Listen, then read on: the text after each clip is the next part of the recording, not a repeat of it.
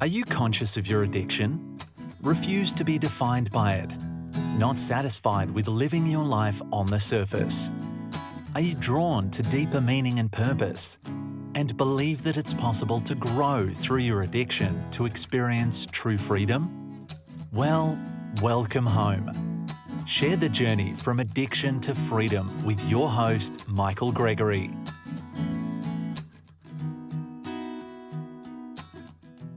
So welcome everyone to Addiction to Freedom.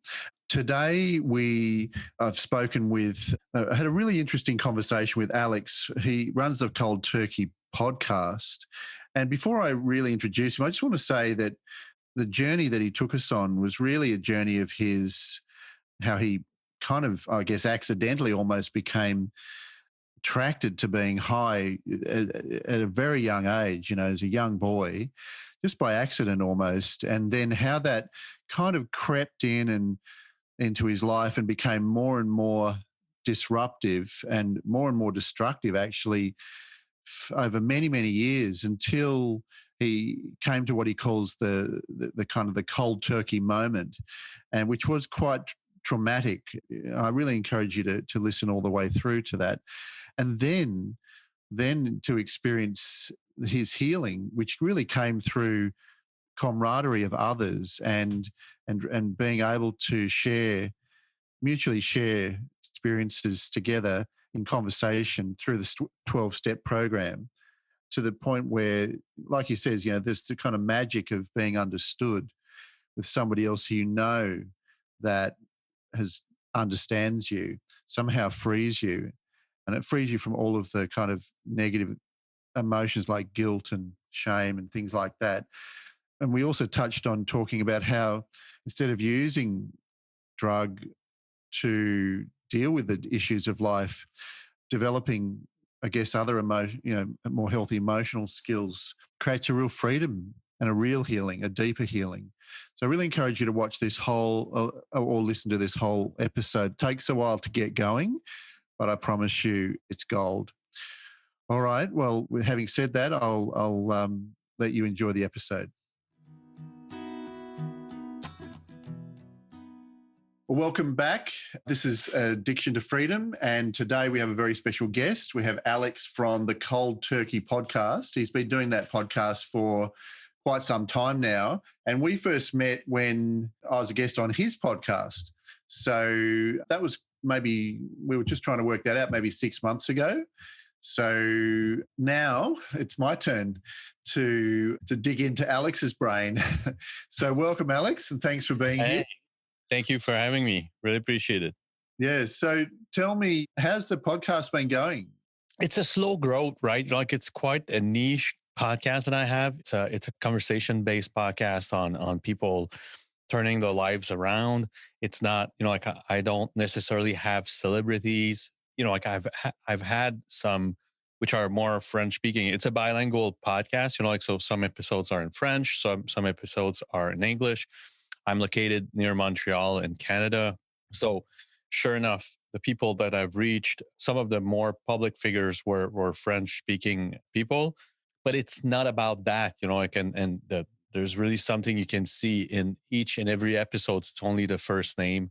I don't want to, I kind of publicize or leverage the celebrity of the people I have on. And yeah, so it's a steady growth. It is not something that I expect to be exploding, or I see peaks when I do get people that are more well-known or do publicize more of it on their social medias. But again, for me, it's not about that. Really get. It's funny because last week I was with someone that had done a few podcasts, which he talked a lot about what he went through. And I actually just referred to those podcasts to the people listening to mine, saying, go listen to that one, hear his story, and then listen to mine where I go further and deeper into whatever subject matter I wanted to cover. But, I won't repeat like the same old story that that public personality has been repeating in every media. So you started the podcast, I guess, as a kind of a growth out of your own recovery, didn't you? Absolutely. And it's funny because, like, I'm first and foremost, I'm a geek at art. Like, I'm really am a guy that loves technology, that loves working. I love listening to podcasts myself. Like, so it was initially, it was kind of almost like my small geeky project I wanted to launch. And I didn't know what I wanted to talk about. I was just like, okay, I work in technology, so maybe I could cover that. But then again, there's a lot of people that do that. And I remembered that while I love and do cover, like every subject matter that like that I'm passionate about, like being like true crime docs, like so I love my true crime podcast. I love stand-up comics. So I do have my stand-up comic podcast. When it came to sobriety, I couldn't find anything that I liked. It was like I told you when I got you on, it was either two end of spectrum. There was one side of it, which was quite niche and like to a point where it was, I don't know, like Alcoholics Anonymous Melbourne weekly, for example. And so if you didn't know the vocabulary of those meetings, if you didn't know anything, like you couldn't, like it was almost unlistenable, like so. And at the other end, it was the, and I say it as a joke, but like the full blown namaste yoga class taking, like really, really almost too clean for me. Like I was like, I'm not. Yeah. So, and then it kind of struck me. I'm like, okay, I'm gonna have a casual talk about what ended up for the like rock and roll life to a point where they had that quote unquote cold turkey moment, which is like, I have had enough. I need to turn around, even though they probably made hundreds of promises that they would stop, hundreds of times where they were thinking to themselves that they need to quit, leave, change, and so on. There's one moment in particular that I've been doing it for 2 years. I'm recording my 140th episode. We still don't know why, and I don't know why and what happens, but there's a moment where it ends. Sometimes it's dramatic, sometimes it isn't, sometimes it's super casual and super, but that day, like they've never looked back again after that. Like so. Right. For me, That cold turkey moment. yeah, So you must have had one of those. I did. So my story is not, like it's not a story where, like some people are do have, like, I would say almost like crazier story, even though, like you can't really like range that or like put a level on that. But I was typical party animal, mostly booze and weed, a lot of weed, a ton of weed, like so in my youth, this is so odd because like there was a lot of alcohol, especially on my mother's side. Was a lot of alcohol. My father has like no none of those genes, like of that genetics of like addiction. But on my mom's side, like there was a lot. So my first experience with, I would say first and foremost that like I do truly believe that I'm first and before everything, I'm an obsessive and compulsive individual naturally. Right. Right. Like whatever the substance, event, I do am craving for that jolt of like I always describe this as like the feeling you got when you were a kid and your father or your mom would say, tomorrow we're going to the amusement park, or like your Christmas Eve, like that that feeling, always craving for that. So before anything else, like before alcohol, before weed, before all of that, I have that experience that it was springtime and my father asked me to empty the gasoline tanks of his snowmobiles into like a 5 gallon jar. So he had like a tube and showed me how to pull on it, and like it would transfer to that 5 gallon. I'm probably You six. were siphoning the gas, Yep, petrol from one big container into a small container. exactly. How old were you? Maybe 6, 7, 8. Like Yeah. times were different, right? But at the same time, my father was kind of showing me in some ways like a physics lesson of like doing that siphon. Like so. I realized that if I missed a few times, like 2, 3 times, I would get high. At 46 year old today, I'm still convinced that over 95% of kids would have been scared shitless and stopped doing it. I didn't. I repeated the accident. Right. You know, So it wasn't an accident then. When you were what, 5, 6, 7, 8, you started to get a taste for the high associated with yeah,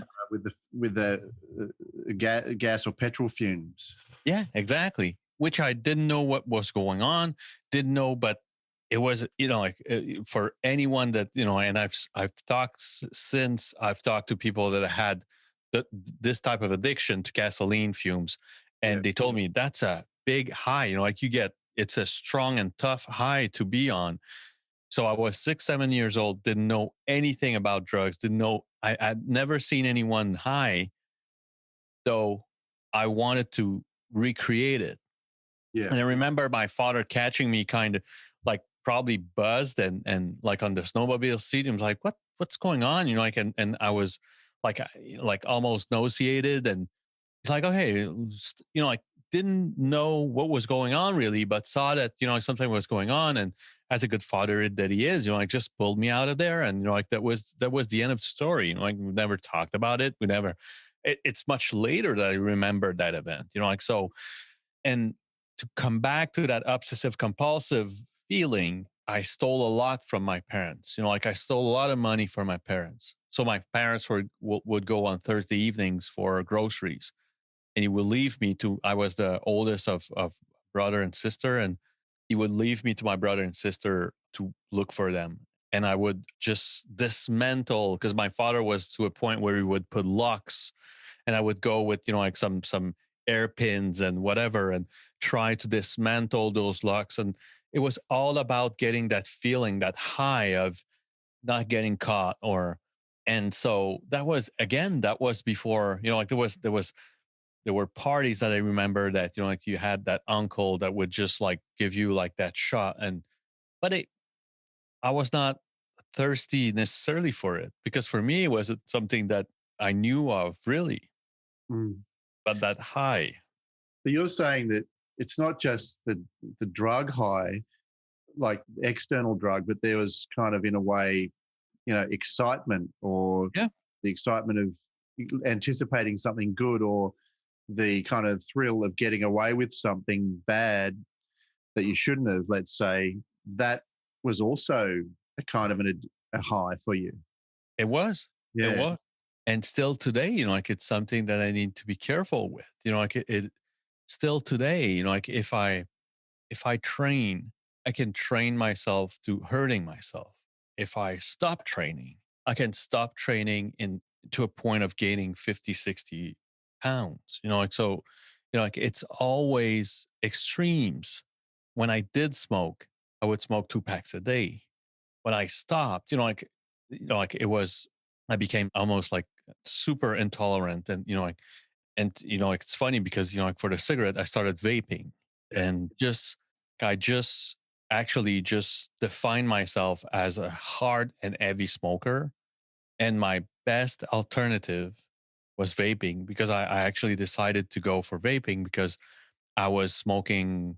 I was to a point where I transferred my cigarette addiction to cigars, and I was smoking something like 300, $400 of cigars a week, Wow.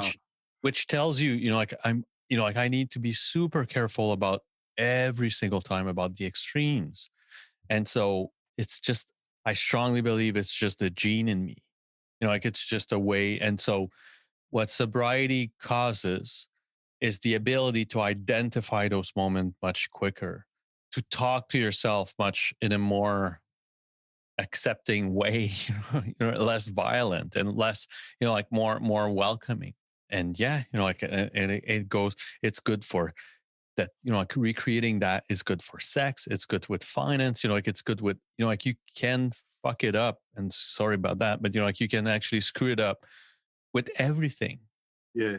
So I really want to dig into that, what those thoughts that you've got around reflecting back on it now that you've been sober for 16 years. But let's say from my side, I'm kind of curious as to, like, I'm still back with you when you were 8. Yeah, yeah. So what happened after that? Where did it So lead after that? exactly. So small, like I said, stealing a bit from my parents and so on and so forth. And eventually, not eventually, my father was like he tried to craft his own wine, Oh, yeah. and Yeah, so my had grandfather did that too. yeah, so he had those wild cherries at our country house, and he picked the wild cherries and tried to do some kind of Porto or whatever, like it was kind of a strong wine. It tasted like crap. Like it was really, really bad wine. So there were cases of that bad batch of wine pretty much left there in the basement. So I would steal a bottle and go at our schoolyard and drink out of these. Then again, it was a mix, like it wasn't just about getting drunk. It was about stealing the freaking bottle and get away with it and getting drunk out of it. I was a bright kid, like I was a kid that had facility at school, like I was, so my parents made me read a lot, do a lot of stuff that was like out of school, but like just I read a lot. When I very, very early in my teens, my parents made me read 2 books that were like life story of drug addiction, which ended both of them end really, really bad. Like both of them, I think they die, or like it's really violent. Like they're tough books. One is called Christian F. I mentioned the French translation, and the other one is like a Blue Herb or Herbe Bleue. And then again, like those two are really hardcore, true life stories of drug addict. And so I was really against it. Come high school, I met with someone that was super cool. I since I was a nerd in elementary school, I didn't want to be that. So I pushed that away by fighting a lot, and like picking many fights, like at my first year, and found like the skater punks were the ones that I kind of found myself getting along with the most. Kind of the outsider, a bit like not badass, but like there was something about it that I liked. So one of these guys, same name as me, the guy's name Alex as well, very similar in terms of looks like the good schoolboy, but was like really a little piece of shit outside of school. Anyways, like so that guy was way more not necessarily deeper, but like way more advanced in experimenting. And so a lot of peer pressure around, like you should try, you should try, you should try. And I maybe tried once or twice, but then again, like not really catching what was the buzz all about it, like especially weed. Go to college, or the equivalent, probably the equivalent of senior years in US. We have what is called CEGEP, which is like a 2 or 3 year program that's in between high school and university and college. I didn't know where the hell I wanted to go, but one thing, like I wanted to try art, which is odd. There's no artists in my family, but I love art. I think I truly have an artistic mind, or like kind of a weird mind, which was like a bad choice, because even though, like I had an artistic mind, I'm not good at it. Like I'm not good at drawing, I'm not good at painting, even less so at sculpting, or, like whatever. And it wasn't about teaching us art. It was about teaching us how to compete in art, which is subtle but important difference. Massive difference. That almost doesn't kind of resonate with my understanding of what art's all about. Well, there was the history of art for sure, like in terms of, like some of the mandatory courses. But what I quickly realized that everyone that were accepted to that course were actually people that had decent, if not exceptional talent at one of these, like drawing, airbrushing, painting, sculpting, like, and so on. I had none of those skills. So I go in there just thinking, okay, it's going to be like one-on-one of drawing. They're like, well, here's a horse, guys, like show us your best interpretation of a horse. Like, I'm like, what the, like I didn't know what to do with that. But we had like a empty classroom, which was kind of the art fraternity hangout place within that college. And I would skip so many classes, because I was discouraged at what, like I couldn't do nothing in there. So, and then started to smoke much more weed, like a lot of weed.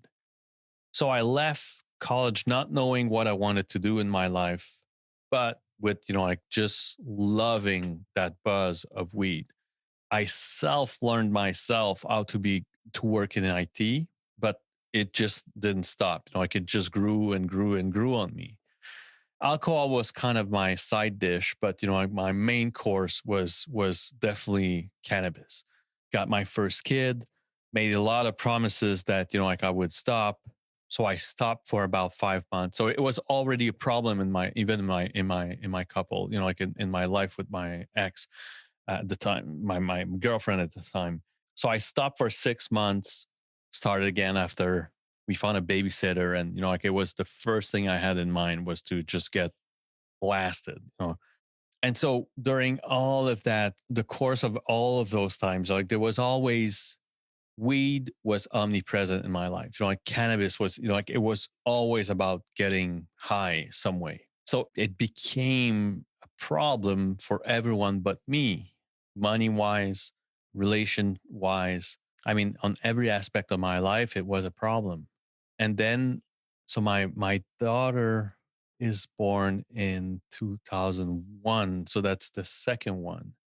Got my first child in 97, got my second one in 2001. And then I just hide the fact, I just hid the fact that, like I made believe that I was stopping, but I wasn't. So was just like always behind a curtain. I would hide everything. And then a few years later, about a year and a half before really stopping, it became clear that, like my girlfriend wanted to leave me. I had enough. And so I went to a place, which is kind of almost like a out therapy center where, like you stay home, but you do go there on a weekly basis. Problem with that is that they introduced what they call, how do they call that? I think it's reasonable use or something like that. Like some messed up concept that I could, if I stop clean cut and wait for a while, I could eventually be reasonable and use reasonably, Oh, which was a like disaster. it's like using in moderation. Exactly. Yeah, yeah. Can I Absolutely. ask you Yep. before you go further? Can I ask you about your the period of hiding? How was that for you? How long did you hide everything for? And was that did you have lots of difficult feelings of like guilt or shame or anything? What You was do. yeah? You do.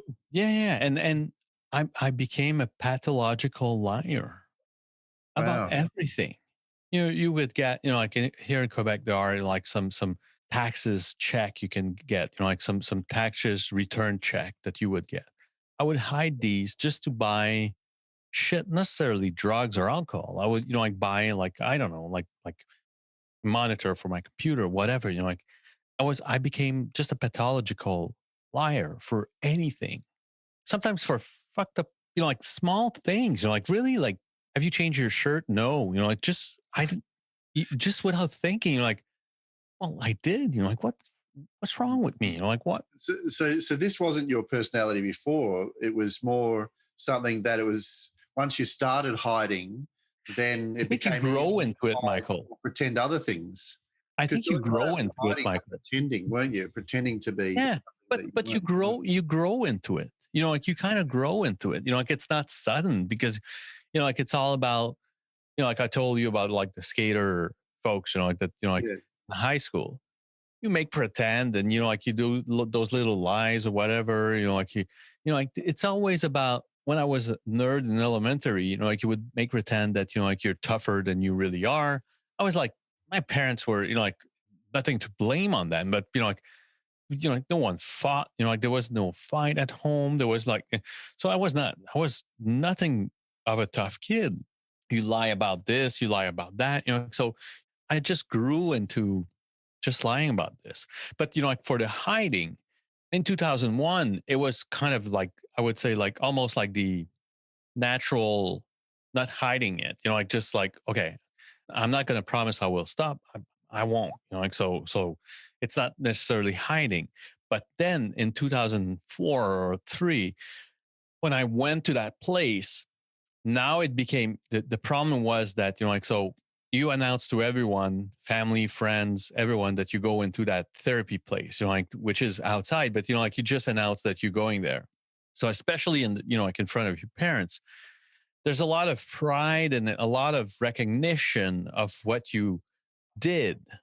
Now, this hiding when you can't really do what you said you would do, this hiding is this one hurts way more because it's so, say for example, I go there the first time. So you have like your first day of sobriety or, like your first day of abstinence. Now, excluding booze, right? Like booze was now counted as something, as a substance I should have, or was declared as me having problem with. But as far as weed, like that was the culprit of, like the whole thing. So you have 1 day, 2 day, you have a week. And then your mom calls you. It's like, wow, I'm so proud of you. Congrats. And your father calls you, your father visits you. I was living a few blocks from my dad. So, and from my parents. So my father would come visit and say, freak, I'm so proud of you. So when you do quote unquote relapse, but it's not really relapse because, like the kind of the counselor would, like the person that you would meet with, the therapist told you that you would be able to go in moderation. So you, in reality, you do relapse, but you're under that impression that you're okay. Right. You don't want to tell it. You don't want to share that. Inside you that you can't control that beast, but you're just like, okay. And so I will always remember I went to therapy on February 25th, 2005. And my father, like during the holidays of that previous year, comes and visit me. So I'm in the basement. At the time I was doing tech support. So I had like the full bachelor of my duplex set up for me to repair computers and do my whole thing. There was booze hidden everywhere in that room. People Right. didn't know, but there was a 26 ounce of this, like there was booze all over the place. There was a fridge which had, I think it was 82 bottles of beer in it. So it was just crazy. Actually, that fridge was actually just beer, just alcohol. That sounds like you really didn't want to run out. No, no, It's like you're making extra efforts. Like a lot of people just go down the street, buy a 6-pack, and but you had a whole fridge full. exactly. And I had my excuses. I had my set of excuses. The reason why is that, like every couple of Fridays, I would have people come in and play cards with us. Like we would play poker home, we would play some card games. And so I had my excuse of, oh yeah, the fridge is full, but it's for guests, and so this is just imprinted into my memory that my father comes in, hey, hi, hi. And he's like, how you doing with, like that weed smoking thing? And I'm like, I'm good. Like I'm in control. Everything's fine. Like moderation. And like, I got my lesson, but I know, like I'm not doing anything of that. And he's like, so, okay. So how much you spend a week? I'm like, I don't know, like a few bucks. I mean, like just for the sake of, weekends. And I smoke every single freaking day. Like I, from the moment I wake up to the moment I go to sleep. And, it's like, yeah, yeah, yeah, yeah. Like, yeah, I think you're gonna have to take care of that, like, and because he knows, like he knows. Well, first of all, my girlfriend at the time was just threatening to leave with the kids, and like so she would go because I wouldn't listen, so she would go to my parents and complain about that, cry about that, and so on and so forth. I had just started to move, texting that pretexting that I had too much work. So I had started to move some of my day-to-day clothing, like jeans, socks, shirts, like and downstairs in some plastic shelves because I would, like work so much and smoke so much that, like I would use the bachelor shower and just sleep in my lab, which was an excuse for me to just use much more. So 2005, you need to understand that, like 2004, my son is 6, my daughter is 3. So for my ex, like it's just a fucking nightmare, like it's crazy. And so, yeah, we go through the holidays and I started having some psychosis moments. And I'll explain, like, just like it's all about ego, like it's all about like if everyone, if like the earth complete, all of the planet is against you. It's all about you, me, poor me, poor me, poor me.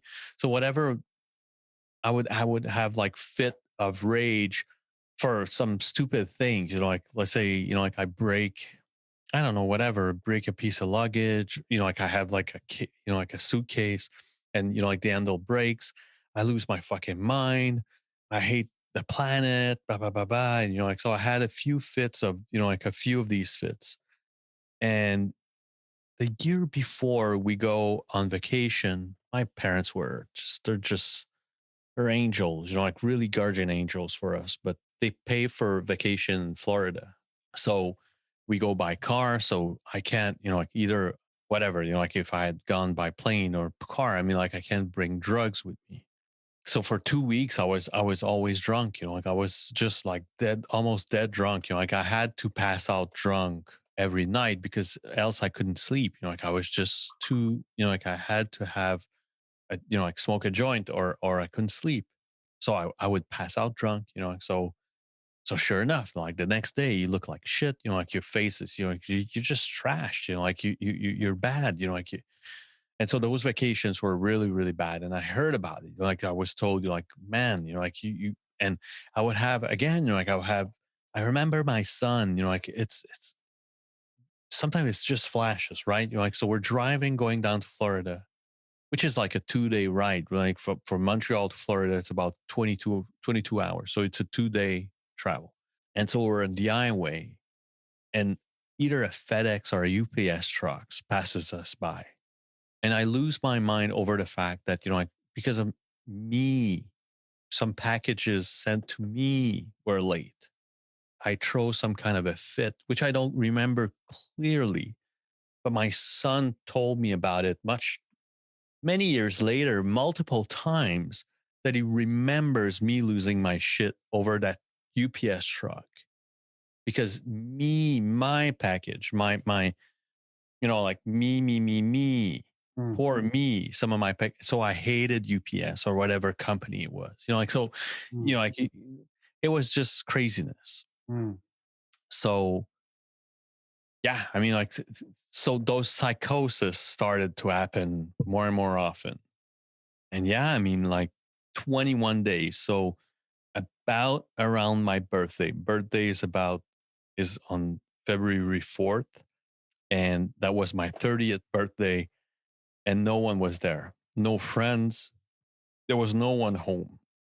I remember my ex saying, I tried to call some of your buddies for a surprise birthday and no one could. And I'm like, that's weird. Like you don't have 30 years old quite often in your life. Like that's fucked up. Like Mm. so that hurt a lot and that hit me bad, like really, really tough. So what hit you there that you in your mind felt that you had friends, but the fact they didn't turn up showed that there was some big disconnect there? Definitely. Definitely for probably on many fronts, like the first being that, like I provide a lot for, like a lot of my friends, like the 82 beers in my fridge is a testimony of that. But there was also like a lot of fronting of weed and fronting, like, so very little of that list of people were true friends, like, and I probably guess that some of them really couldn't.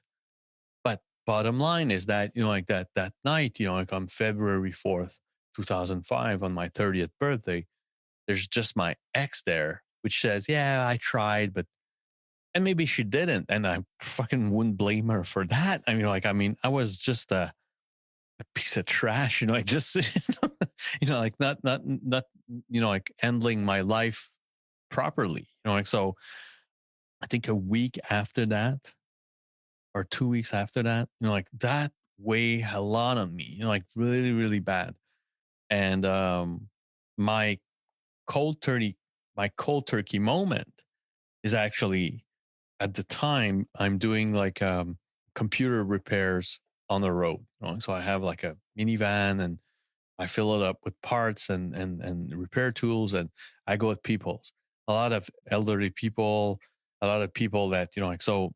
That morning, I'm going maybe half an hour from home to repair a computer, and when I and sure enough, like I get super high, and I had like those drops so my high don't look too red, and I have those cheap perfume so I don't smell like skunk, and I mean, I must have looked like trash and smell like shit. Like it must have been a disaster when I knocked on someone's door. Like I mean, there's no way I could have hidden what I smelled or what it looked like. But anyway, I'm just about to get out of the van and can't find very. All I can say is like I lost a screwdriver and lost my shit. Completely lost my mind for one screwdriver. And I really need to remember that all of my life, that like that moment that like I'm actually scratching the carpet of my truck, and then like I said, like it's always about me, poor me, like miserable me. I call everyone that picks up the phone to tell them how much I want to die because I can't find that friggin' screwdriver. And that's, like for me, it's just a psychose episode. Like it's just I'm just clearly losing my mind. For weed, remember, like it's important for people, especially here in Quebec, where we legalized. In Canada, we legalized marijuana, and we see more and more states in the U.S. If you do have the genetics, like the perfect recipe of genetics, it's no less harmful than anything else out there. Like you can get to the same level of despair and of almost depression. And, like I already had those death thoughts in my mind. Like I already have those, not suicide with a plan and all, but, like just thinking, okay, so either two things, like if I get into an accident, like I will stop being like a burden for my child and my kids and girlfriend. Or if I do get chronically, if I, like I get accident tough, like really grave enough so that, like I get chronic pain, I can justify why I'm smoking weed. Like see how much, like my brain was just Yeah. messed up, So what and happened with that cold turkey moment when you lost the screwdriver and you were just losing it? exactly. So I call everyone that, picks up the phone, and my father picks up. And all my father said is that, can you please drive slowly home? Just come home. And I'm crying, I'm screaming, I'm hitting my dash, my door dash, like I'm anyways. And so I drive slowly back, and he doesn't even allow me, not allow, but he doesn't give me the time to get out of my car. He jumps in the car, right in the passenger seat, and stops the car. He's like, what's going on? And I, again, like shout, scream, cry. I can't believe it. Like he lets me just vent it off. And at some point, like like kind of my rage crying becomes real crying, like just like, I don't know what to do. I don't know what to do. And again, like another sentence that I will always remember, he's like, wouldn't you like to help yourself? And that moment for me is just that moment where I let go. I'm like, whatever it is, yes. Because like I just didn't know what to do. Because, like the year before I went in quote unquote therapy, and they messed me up even worse, like, so for me, it was just like, fuck, it's impossible. Like there's nowhere I can go that, it's going to fix me. I'm stuck like that, like for a while. And yeah, I mean, 7 days later, like is it a full week? Like, yeah, I think it was a full week later, the 24th, I went to therapy. So a closed 21-day therapy based on the 12 steps. Uh-huh. So it's 21 days with about, I would say, 25, 30 people, men and women. You could get out any day you want. Like if you feel that, like you don't, like you shouldn't be there, like you just pack your stuff and leave. But, like I made the full 21 days. And yeah, I mean, like they explain what the steps are, and not that, like 16 years in, like I'm not going to tell you that, like I'm a full blown hardcore 12 stepper, but it gave me some kind of, like instructions of how to behave and how to be a responsible and decent human being in life, like so yeah, introduced me to meetings, introduced me to 12 step meetings, Narcotics Anonymous, Alcoholics Anonymous, even Cocaine Anonymous. Like I went to almost everyone at them, because for me it was that fraternity or that camaraderie of, like of seeing people that goes through the same pain that you do, like being cocaine or weed or pills or whatever. For me, it didn't change a thing. Like I felt like dying, even though it was for some, quote unquote, only weed, like, so yeah. So, like it was meeting with, it was, I would say that it was first and foremost, it was meeting within these 21 days, people from all sorts of life. And that was the most impressive or the more eye opening part of it. Like you meet with, like a six, I think she was 70-year-old grandma that, like burned up, like, or, like all of her dead husband money and her own, and burned up her house at casinos for gambling problems.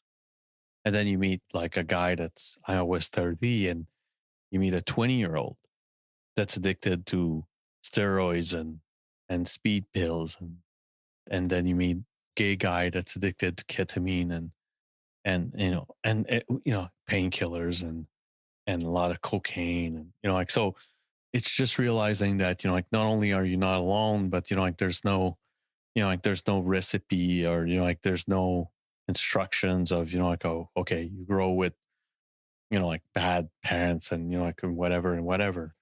I had none of that. Like I had none of the, because there's a big question about the nature or nurtured. You know, there was no nurtured part for me at all. Yeah, No so, one showed me. so what you're saying is that one of the common theories is that people have some kind of trauma in their life and that they use drugs to get over that. Well, you're saying for you, that wasn't the case. It No, was simply that when you got that introduction to high through the gasoline, that that became so attractive, so desirous, that set you on the path.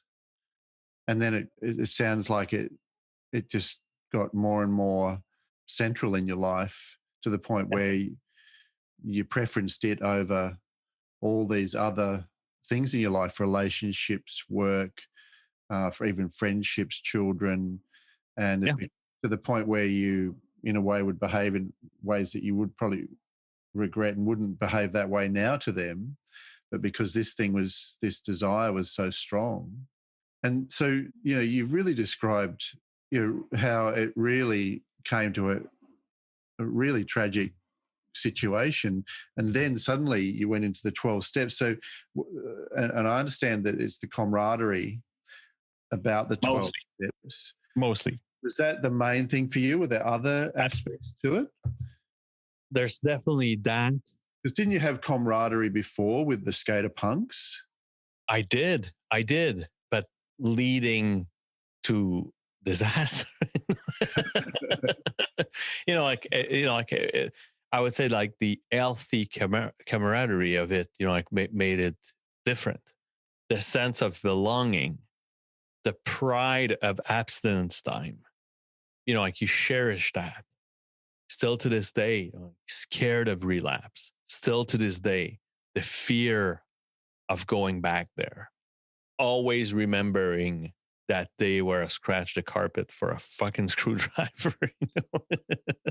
Like always that is imprinted in my brain. I know the color of the van. I know where I'm on all fours. Like it's February, it's snowy. It's like I know exactly where I'm at. Like I'm in Laval, which is like a suburb town of Montreal. Like I know, like there's a lot of clear memory of that.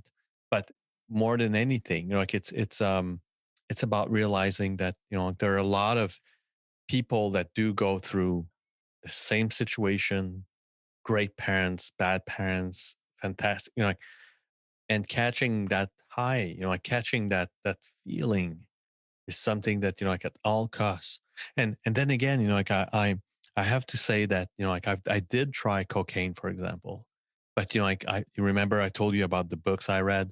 I knew that this was in some of the final chapters of these books. Like when you started that, like there weren't many pages of you being alive left, and Yeah, yeah, so that, like it got me scared. Like I got really really scared about, like the much harder drugs. So I didn't try some of these that my friend did try, but weren't the addicted type. So they did try it, but like they didn't want to repeat the experience. When I did try it, I wanted to repeat the experience too much. Didn't have the cash, didn't have, I definitely didn't have the money for it. But on top of that, knew that it was almost too, not almost, it was too good to be true. It yeah, got me really, really worried fast. And I would listen to that voice. So I can understand when I met with these people that were addicted to cocaine, went in therapy. And much later, when I did meetings with them, I understood it because I got scared of it really, really bad. yeah. And the other thing is, I was talking about that to my father this weekend. It was this weekend, but they do some follow up meetings after a 21 day of therapy. I think it's once every month. You go to the therapy, and the kind of the group that you were with during your stay there. We reunite and just talk about, like I was life, and I would see the number go from 12 to 10 to 8 because there's so many relapses and Right. shame, and like people didn't want to go back. Some people did, but then again, like I said, like I got scared of relapse really really bad. Yeah. And yeah, So 21 days to turn around sounds pretty quick it does. after that whole life. And so you must have, what happened after the 21 day inside of you? Like you had the camaraderie, but something else must have changed in you because you didn't have that group there every day after you left the group. So there's a few things that happen. First of all, you get sober. Second of all, well, before that, my therapist, like I told you, like, like I got in therapy thinking that I only had a weed problem. So meet with my therapist the first day, and he's like, "What about booze?" I'm like, "I got no problem with booze." Like, "Oh yeah, okay." So he's like, "I'm gonna leave you with one question. I don't want you to answer today. Let's talk about this later this week. How fast, how quickly, or how is your first beer drink when you get it?" And he's like, "Just think about it. Don't answer yet." And I remembered and tried to remember that I couldn't freaking remember my first beer. My daily first beer was swallowed at such a pace that it didn't exist. I didn't know, like that first beer never existed. That wasn't a beer. That was like a gulp, like just like group. And okay, from the second or third moving on, I could start counting. But like that first beer, please, like so, it hit me like a truck. I was like, holy shit! Like am I a drunk too? God damn it! So that was, like, God damn it! I got it all. But like so, the 21 days, even though it looks like it actually detaches you from the reality, like it or your reality, it takes you, just kidnaps you from what crazy world you created yourself takes you out of this. And when you come back, you feel like you've been out for like 100 years. Like it's really, really weird when you get back. And then, as you said, like the camaraderie, they do recommend that you do 90 meetings in 90 days. So, like every single, like every 24 hours, you're going to end up at the door of some church basement or whatever and meet with folks that have the same sickness you are. And so, like 24 hours comes fast, right? Like, so if you do have something that, like happened during lunch or dinner or in the morning or whatever, well, it's only the next, like, sure, you're going to talk about it in the next 24 hours, like, or find someone or recognize someone that you saw at a previous meeting or whatever. And so quickly, you almost develop that. Well, not you develop that network of people you can call, reach out to, message, like online, and it goes fast, like really, really fast. So you're saying that if something happened in your life, you would use drugs to kind of cope with that before. Yeah. I mean, especially alcohol. Like alcohol was a great excuse to whatever. Like you have something to say, you're too shy to say it. Well, Yeah. get hammered and you can So still. that means it for you. It was more than just getting high. It also became a medication, so to speak, or a way of coping emotionally with situations, and then the daily meetings helped you to unpack that so that it didn't kind of keep building up. Is that right? Yeah. And in some way, it was you don't realize it before, like, or while you're doing it. Yeah. But, like it was just part of my healthy diet, daily diet. Yeah. Like, so did it help? I mean, like it was just part of it.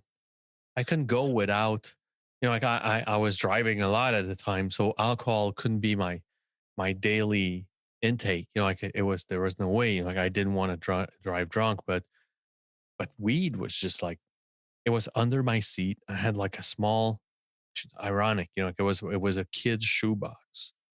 So I could plank it under my seat. And, it was full of weed. And, like that whole paraphilia of stuff that I could, like do my thing with. And there was no way I would leave home without that. Like so it was just, would I've had, like a much tougher time dealing with stuff without? I can't tell you, like there was no way I would be without. But like one thing I can tell you is that one of the most exciting time, or what created the most buzz, was when I was trying to put the kids to sleep or putting the kids to sleep and go in my car and driving to kind of renew, like, or buy my next batch of weed. That half an hour of driving was probably the most high I would have. Mm. And as soon as I smoked my first joint out of that ounce of weed I just purchased, my brain, it was already almost like a down, because my brain was already trying to calculate I will find money to buy again.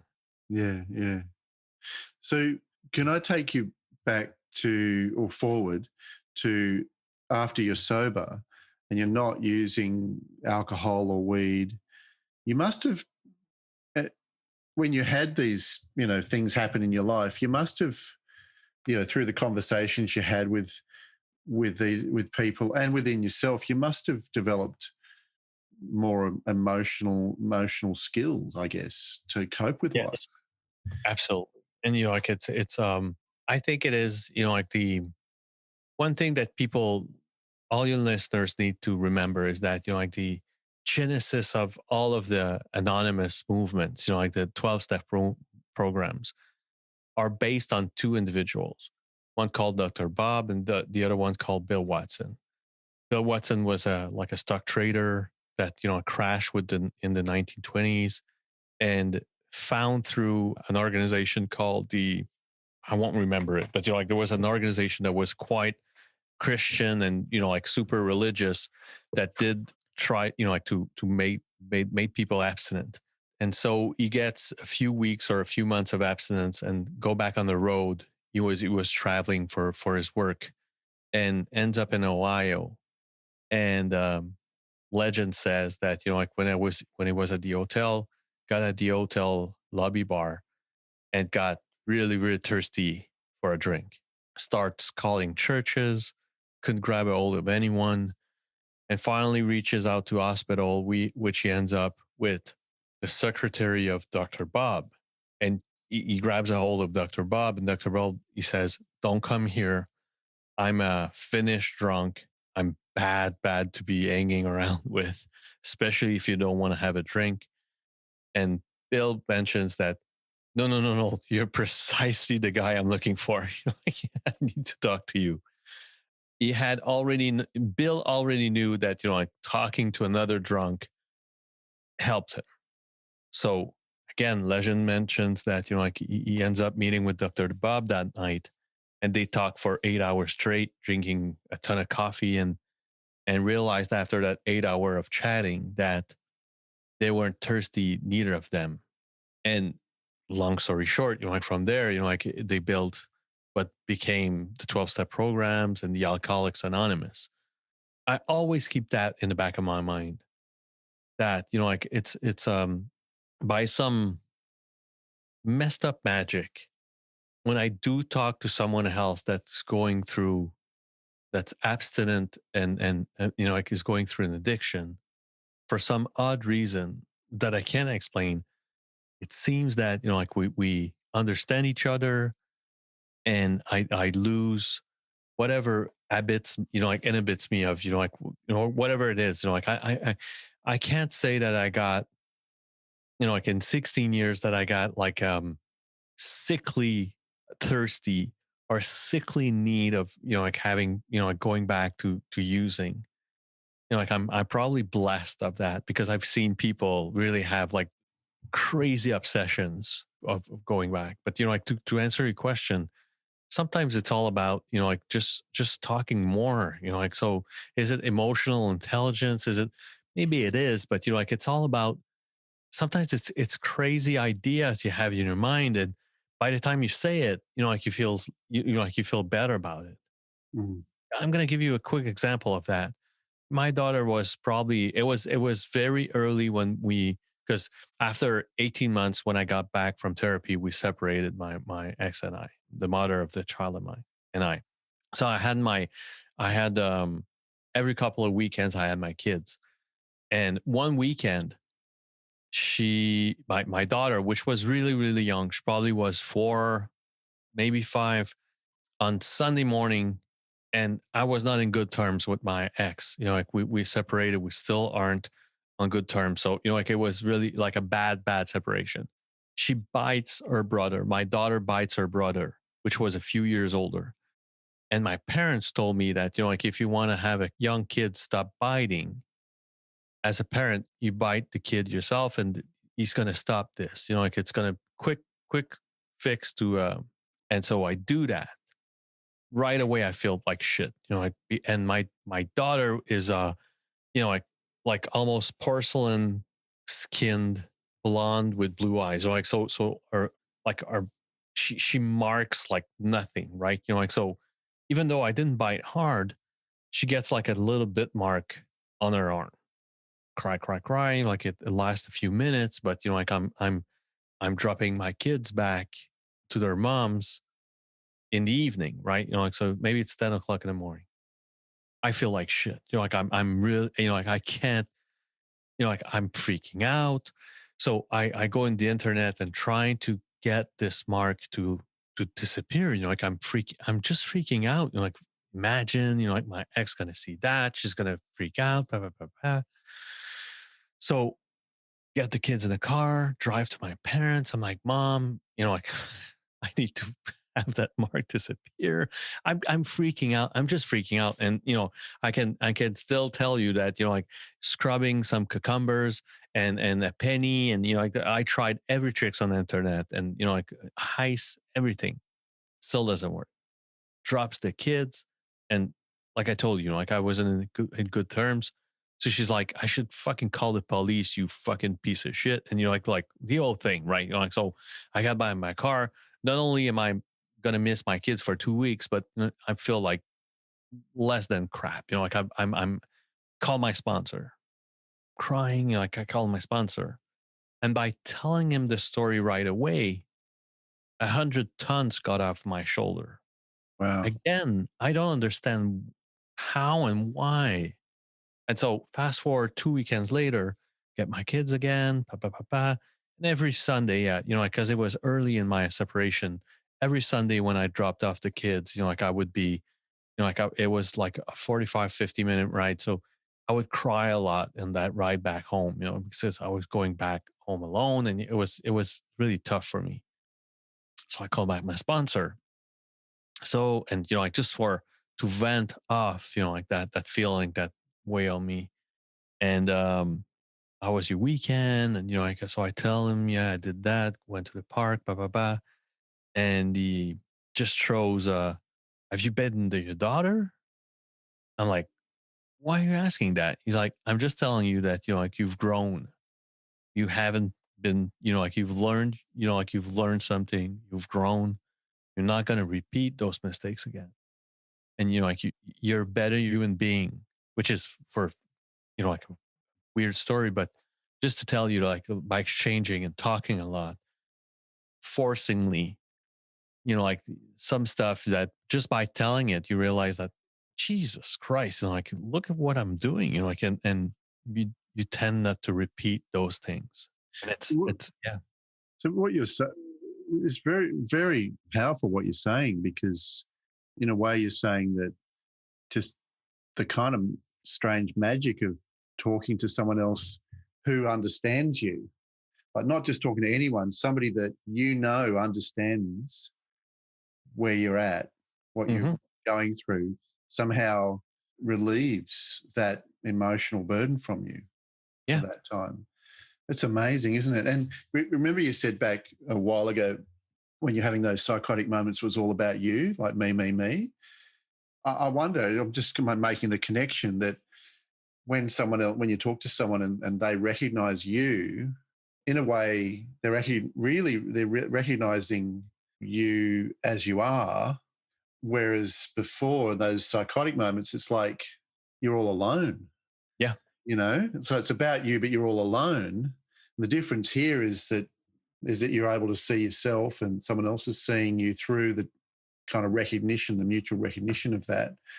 And then you somehow so closed anymore. You're more open to the world and free to to interact. And yeah, and it's you pulling the strings of that other person you're talking to that you recognize into as you're explaining your story, seeing that person that which or the persons at which you talk to that acknowledges that feeling not only makes you less alone, but you're pulling those strings, those same emotional strings that you do recognize yourself into. And so there's definitely something around that. But then again, for me, it's really, really weird because it's just, and like that, like that story of biting, like I should, like I should be ashamed of telling that story, but I don't feel any shame and any guilt in yeah, telling that story. And yeah, just to tell you, a few months later, a few weeks, very little later, I'm asked to share my story in a low security jail, low security prison. And I'm relieved from, like all of the feelings of that, right? So it's a men's prison. I go there and tell my story and I finish with it had just happened, right? Like, so seeing how I feel better having shared with my sponsor that thing, I tell that story. And I see a few jailmates just standing up and getting the hell out of the room. And someone told me, he's like after the meeting, he's like, wow, you feel relieved and you really feel free of the guilt and, like the shame of that story. But let me tell you, like the place you are right now, hurting a kid can, like some jailmate can really, really hurt you bad knowing that you hurt a kid. I'm like, well, I didn't realize that because, for me, it's that, yes, I did hurt her, but, like it wasn't, it's the much bigger picture of that story that, Yeah, it's totally. eye opening, like Yeah. You were trying to teach her a lesson, but in doing it the best way you knew how at the time, you felt regret about that. Yeah. About because she was in pain temporarily. But, but what you're saying is that by sharing your story with someone who understands and can really see you, you become free of those difficult emotions like guilt or shame, and you're actually able to let it go in a way. Yeah. Yeah, this is that's been really, really eye-opening and interesting. There's such a simple kind of human interaction, that we all in a way benefit from when we talk to each other. Like when we're understood, when we're seen, it has a healing effect and a freeing effect in ourselves. And yeah, And for me, community in general does that. Like when you find, like you see that for, I don't know, like passionate of cars, like passionate where they, like they spend, yeah, to my understanding, too much money, right? From my perspective, too much money. But when they reunite, they yeah, can justify, and like they but like that's maybe a bad example, but you understand what, like where, like the sense of community yeah, helps you feel better with whatever it is, like yeah, so.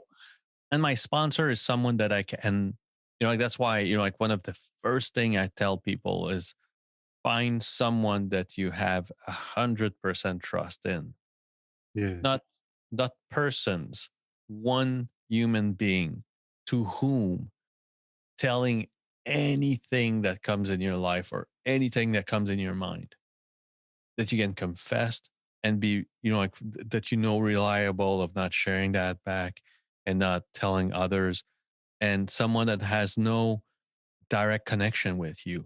That's another important thing. You can't do that with your wife. You can't do that with your parents or your best buddy. That's not it. You're finding someone that is completely reliable, that you absolutely trust. Sometimes you have like either like weird thought in your mind, but if you just don't share it, it's yeah, gonna stay, linger, and way more, and just keeps staying and sitting there, and like almost dust covers it and weighs in more, and just yeah. Yeah, yeah, yeah. No, I really, really hear what you're saying there about the benefit of really confiding in someone. yeah. I'm just really aware of the time, and I know that we could keep going, and I'd kind of like to, but I also feel a responsibility that we need to wind things up. So I just want to say thank you so much, Alex, not only for being here, but also for really sharing so openly your whole story and really letting us really understand where you were and how difficult that was, and then also to understand the magic of how you've found the healing in with other people. It's yeah, I really enjoyed talking with you. It was a pleasure, Michael. And, like I want the listeners to remember where it came from, like, because I know, like we're in 2021. A lot of these fraternities and associations of, based on 12 steps have a hard time evolving. Like I always say as a joke that, like I don't see any marketing of these places on Facebook, Instagram, and some of the new medias.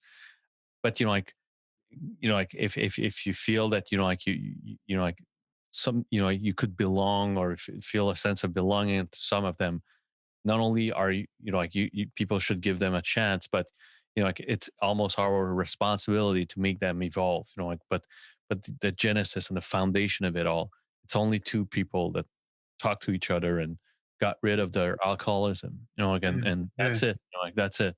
And it was a pleasure sharing with you, as it was when you were a guest on mine. Like we yeah, could have talked for hours. So yeah, it was I had a blast. yeah. Thank you. Me too. Thank you. All right. Until we speak again. Take care. Bye. Bye.